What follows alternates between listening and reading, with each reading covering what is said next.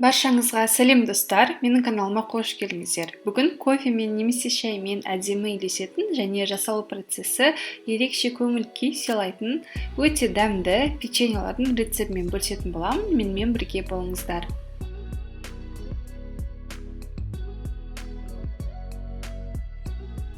Әр аптада жүктелетін жаңа видео рецепттерді жіберіп алмас үшін каналыма тіркеліп қоюды ұмытпаңыздар. Бөлме температурасындағы жұп-жұмсақ сары майдың үстінен қантты салып, венчикпен бір келкі болғанша жақсылап араластырамын. Миксерді де пайдалансаңыз болады.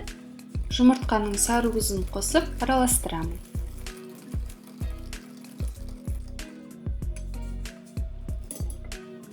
Ситадан ұн мен қопсытқышты өткіземін. Басында венчикпен араластырып, кейін қолмен қамыр илеймін.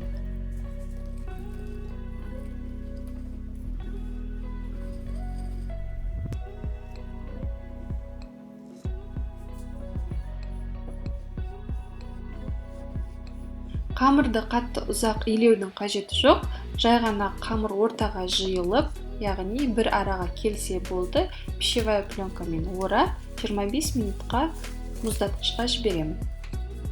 Жұмыс жасайтын орынға кішкене ғана ұн сеуіп аламын. Мұздатқыштан қамырды алдым. Менікі сияқты егер қатып қалатын болса, кішкене қолмен мыжып, жұмсартып алған жөн. Кішкене жұмсарып жаюға дайын болған қамырды оқтаумен бір келкі етіп, тегістеп жаямын.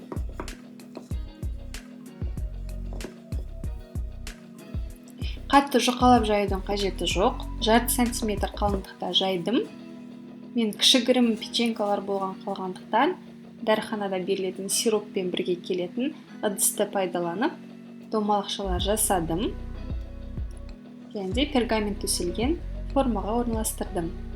Қалған қамырды жинап, қайта жайып, формалар жасаймын. Менде барлығы 15 печенье шықты. 180 градуста жақсылап қызып тұрған пешке 10-15 минутқа жіберемін. Мен печкам қатты қыздыратын болғандықтан 10 минутта дайын болды. Мүмкіндігінше жанынан алысқа кетпеген жөн. Суыған печенькаларға қою вареная сгущенканы орналастырамын. Оны жай ғана қасықпен жағып шығуға да болады. Мен жай тек сыртқы көрінісі үшін ғана 2 қабатталған кондитерлік қапқа құйып, бетінен сығып шықтым. Енді печенькаларды шоколадпен қаптаудың алдында 15 минутқа мұздатқышқа жіберемін. Ол уақытта шоколадты водяная баняда ерітемін. Барлық печеньеға менде 2 пачка Қазақстан шоколады кетті. Алдымен біреуін ертіп алдым. Печеньканы ішіне салып, артығы шоколадты ағызып тастадым.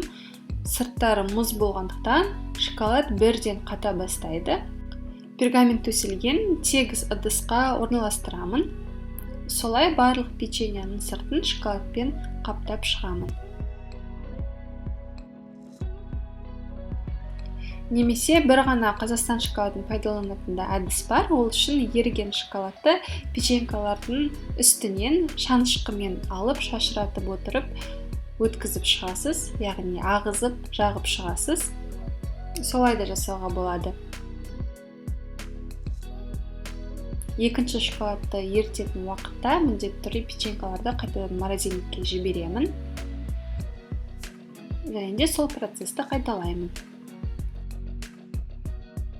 Ендігі кезекте ең қиыны себебі шоколадтың толық қатқанын күту керек. Ол үшін 30 минутқа холодильникке жіберемін.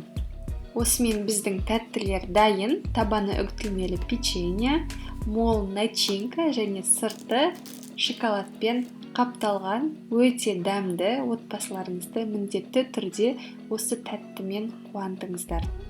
Каналыма қолдау көрсету үшін видеоға лайк басуды және комментарий қалдыруды ұмытпаңыздар. Сіздер қаншалықты белсенді болсаңыздар, сіздерге керекті видео рецепттерді жиі шығарып тұруға тырысатын боламын. Маған сеніп, менімен бірге болғандарыңызға рахмет.